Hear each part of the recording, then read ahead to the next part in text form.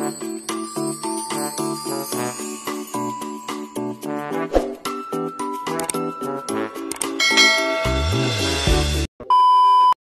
good morning everyone and welcome back again to our channel.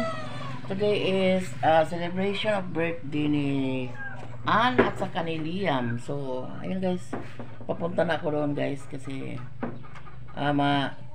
tulong tayo sa pagluto sa mga handa sa birthday ni Ann at saka ni Liam. So, happy birthday both of you mga kiddos. Kiddos pa kasi si Ann ay bata-bataon.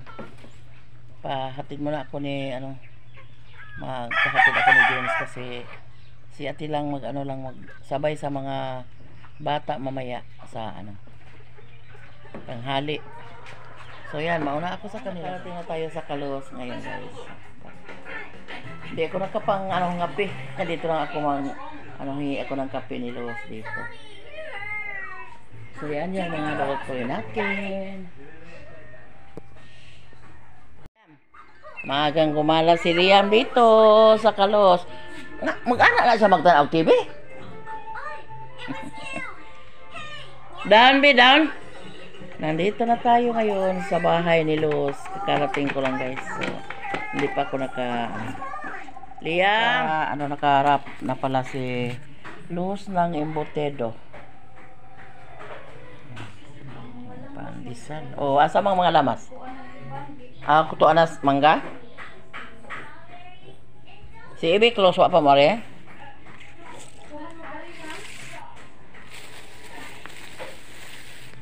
Daghan ay mutido no.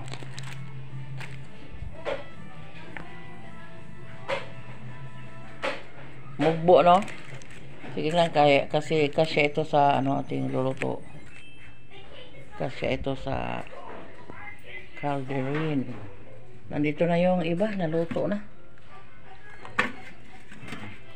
Nandito tayo sa labas magluto ng ating recipe ngayon guys na beef mechado. Nilagay ko na yung ating ground pork. Kasi si iba nandun sa loob, nagluto sa fried chicken para madali nang yan, maluto lahat. Yung iba nandun sa ilalim ng mangga. So, pinakuluan muna natin yung ating beef. Kasi medyo matagal-tagal lulutuin yung beef kaysa manok. Isusunod ko nito yung chicken apretada. Kasi dali lang malambot yung chicken natin. A few moments later. Ito na yung ating beef mechado. So, nilagay ko na yung ating gulay na potato at tinimplahan ko na rin. So magpapalambot na lang tayo sa ating gulay na potato. Nandun na lahat guys, potato na lang yung papalambutin natin, tapos na ito na timplahan. Mamaya na natin titikman kapag kumukulo na masyado at malambot na yung ating gulay. Ayan. Dito ako sa labas guys, luto. Ang init-init kasi sa kahoy. Hindi mahangin pa din. Pero sige na lang. Kasi nandun si iba nagluto ng fried chicken sa loob. So yung mga ko guys, mga apo ko at saka si ate lang, ngayong tanghali pupunta na sila. Siguro na parito na sila ngayon kasi nagligpit si ate lang sa kanyang mga gamit guys, kasi sa sa Huwebes magpunta na siyang guys, Tagbilaran. Magpapalambot na lang tayo sa ating gulay na potato para matikman na natin yung ating niluluto. Bango na guys. Yung mga apo ko ay magpunta sila ngayong tanghali kasi sabayan sila ni ate lang dito. Iwan ko kung yung mama ni Shalyn magpunta ba. Basta sinabihan ko sila kaninang umaga na magpunta dito kasi may guys, may pakals dito na ako yung magluto ako dito sa si ate lang ay hindi sumabay sa akin kanina kasi sabay na siya sa mga bata, and then nagligpit si ate lang kasi ngayong Huwebes magpunta na si ate lang doon sa training niya sa sa Tagbilaran. So guys, maghanap pa tayo ng mga allowance ni ate lang kasi boarding house lang yung libre nila sa kanilang training, and then mag-provide pa tayo sa ni ate lang pangangailangan para sa kanyang pagkain, para sa kanyang mga grocery or mga kakailangan niya sa isang buwan. So pa tayo guys, mag pa tayo ng maka-provide tayo ni ate lang. Kursunada kasi si ate lang guys, porsigido si ate lang maghanap ng sabi ko sa kanya pag na lang, pag graduate na siya ng kanyang pag-aaral, pero sabi niya part-time lang parang makatapos siya, na siya sa McDo. So sunada siyang nag-apply, so sinuportahan ko na lang guys kahit hanap ako ng para pang requirements niya. So thanks again na ang chicken mana apritada tanong chicken. So ngayon guys para daw pagka graduate niya, habang hindi pa siya siguro aywan ko kung mayroon board yung mayroon na siyang trabaho. So sabi niya, mama, malaki na ko, na daw siya magsimula na daw siya maghanap ng trabaho. So siniportaan ko na lang guys kahit nagka-ano ako sa kanyang mga pang requirements. So maraming salamat Lord na naka-comply na kami sa kanyang mga requirements, gaya ng mga PhilHealth, PhilHealth, Pag-ibig, NBI. So hindi malalim yung magastos sa mga requirements guys. So ko lang yan, sinuportahan ko lang sa ate lang. So yung problema ko ngayon ay yung kanyang allowance doon sa Tagbilaran, kasi first time si ate lang mawalay namin. Pagkuha grugangi lang kanang binila ko gamay. First time namin si ate lang na mahiwalay sa amin pag katulog, pero sabi ko sa Panginoon, Lord, kayo na lang yung bahala kay ate lang sa kanyang pagtrabaho doon. At the same time mag-online class siya para sa kanyang first semester na 1 month lang kasi yung kaniyang training. So pag makatapos na siya sa kanyang training, so mag face to face naman siya kasi nagpaalam na siya sa kanyang mentor or sa instructor niya. So yan, patuloy na tayo sa pagluto guys. Yan, hinain ko na yung ating beef mechado. Yan, kasi lambot na yung karne na beef natin at saka yung gulay. Yan, lambot na. So hangunin na natin, ilagay na natin sa sisidlan kasi magluto pa tayo ng iba, yung chicken apritada yung lulutuin ko, at saka pansit na lang last. Simulan na tayo nagluto sa ating chicken apritada. So nilagay ko na yung mga guys, sahog, yung ating tomato sauce at saka tomato paste, at sinabawan ko na ng Sprite. Ang hintayin na lang natin yung ating ginisang carrots at saka yung ating patata. Ayan, para hindi natin masyadong haluin kasi parang hindi ma-deform yung ating chicken. Ayan, halo-halo, may breast, may wings, may paa, halo yung chicken natin.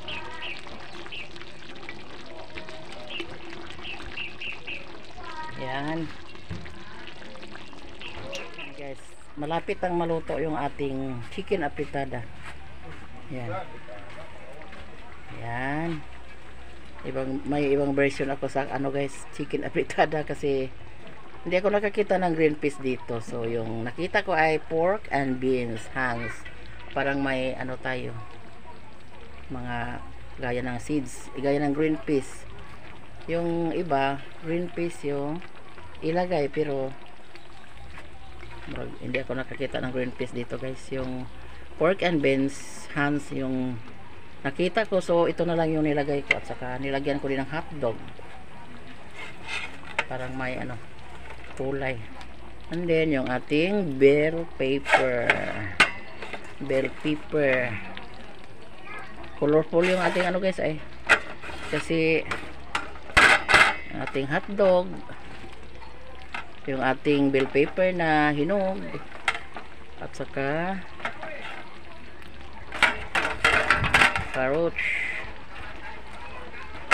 Ayan, lapit na rin maluto. Gawa sa mga kiddos. Nag-drawing ka kay? We, ang sa may mag-drawing kay we? Ang saan kay? Ballpen kay? Di. Ang saan color pen? Crayon mo na. Ah, color lagi. Anong ginagawa mo, Yana? Hi, Yana. Hello, hi. Si hi, Yana. Hi, at saka kay. Hi. Asa mama ni mo, day? Kasbang. Ah, may seminar daw si Ibik. Mag-seminar si Ibik ng ano, BBS or Bible Basic Seminar. Tapos na ako dyan, sila naman. Ang hindi pa si Sami at saka si Shalene. Hi.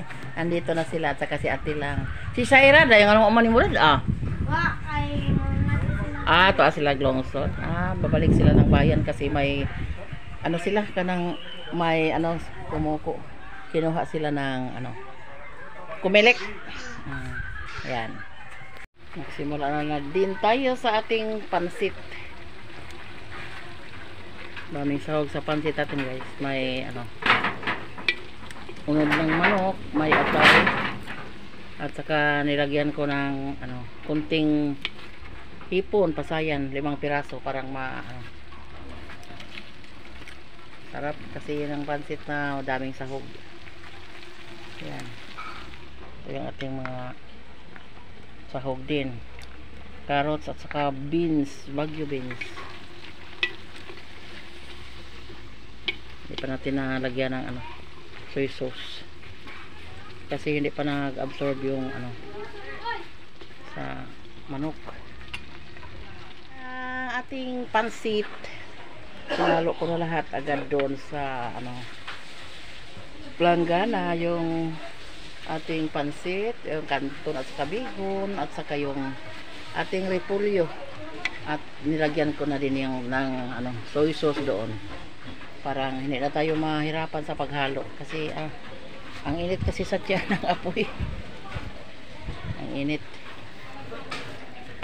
Ano natin, tiyan natin madikit sa init, so parang hindi tayo mahirapan sa ano paghalo dito sa apoy. So yun yung technique, halo na lang agad doon sa planggana yung ating bihon, kanton at saka yung ibang sahog. Parang madali na ito madali na lang natin maisa lang sa apoy. So yan natin yung ating mga niluto na yan. Ito na yung mga spaghetti, yung spaghetti natin. And then yung ating beef mechado na niluto ko guys. Sarap, bango. At ito yung chicken apretada.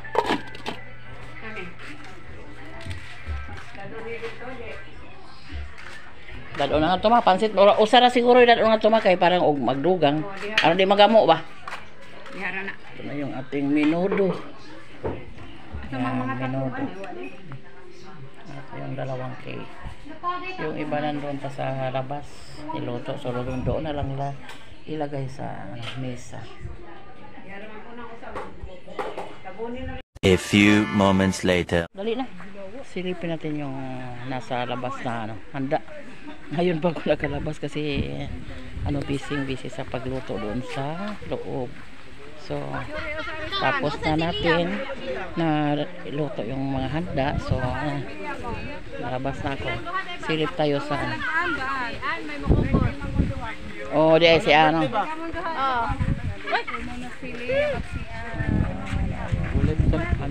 Lia. Kasabot pa siya doon na uwo siya.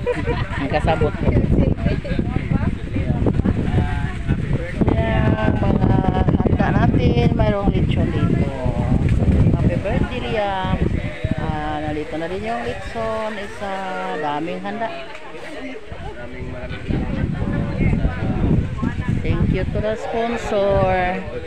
Thank you talaga ang Panginoon na magbalo sa inyo, no, ma'am, sa kabutihan niyo sa mabuting puso sa pagbibigay niyo sa amin dito na makakain kami. God loves a cheerful giver. So, yun, kayo yan. Pinadala ng Panginoon para magbigay sa amin dito. Kayo ang ginawang instrumento para sa amin dito, na para sa para sa mga tao dito na makakain ng masasarap na pagkain. Thank you. Staring atilang, bakit atilang? Patungulo magamputa kabing malanog lang ito ng mga Diyos ang mga Ginoo. Salamat kayo Lord na kautuhon. Salamat kayo Ginoo sa alay mo gayon din kami nagatapos Ginoo.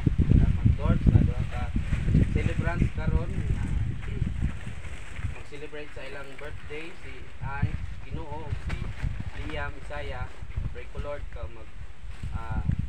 magpa dako kanila nga hadlokon diha kanimo. Salamat Ginoo sa imong gugma sa ilang duha. Salamat Lord sa imong pagdugang kanila Ginoo like lugway kinabuhi Ginoo. Salamat kayo Lord tungod kay ikaw maayo sa imong kinabuhi. Labi na Ginoo sa mga ginikanan Ginoo. Pray ko Lord ikaw uban pa kanamo sa among kinabuhi Ginoo. Salamat kayo Lord sa nag-sponsor nini. Salamat ni Ma'am T ug ni Ma'am Grace kay ikaw naghikap kanila. Salamat kayo Lord tungod kay ikaw naggamit kanila Ginoo sa ilang tagtatag sa kinabuhi Lord. Gusto ka man Ginoo sa nag-andam ng mga pagkaon. Pray ko Lord ikaw mag-bless pud kanila Ginoo sa nga naa karon. Salamat kayo Lord sa mga panahon. Sayang ka Ginoo nga kami wala may mahimo Ginoo sa among kinabuhi kung wa ka sa kinintanan among giampo. Salig ug salamatan sa pangalan ni Jesus. Amen. Amen. Para sa Holy Spirit. Happy birthday to you. Happy birthday to you. Happy birthday Ann. Happy birthday Ann. Pretty Ann. Happy birthday. Mahiya si Ann. Mahiyain kasi si Ann. Liam. Happy birthday. Happy birthday sa lahat. Happy birthday po. Lahat na lang no. Lahat na lang no kasi murag daming handa. Birthday cake. Si Lola. Nakita yung likod ni Lola. Buglo po ka ba? Si Liam, be. Liam, be, bro. Tawag ilaw nga yung Liam mo. Ay, nasalit na. Ay, sorry. Nanikao na si Liam. Ay, be, sige na. Ikaw na gani. Blo. Ikaw, di ka masalit na po. Nang ikaw kaya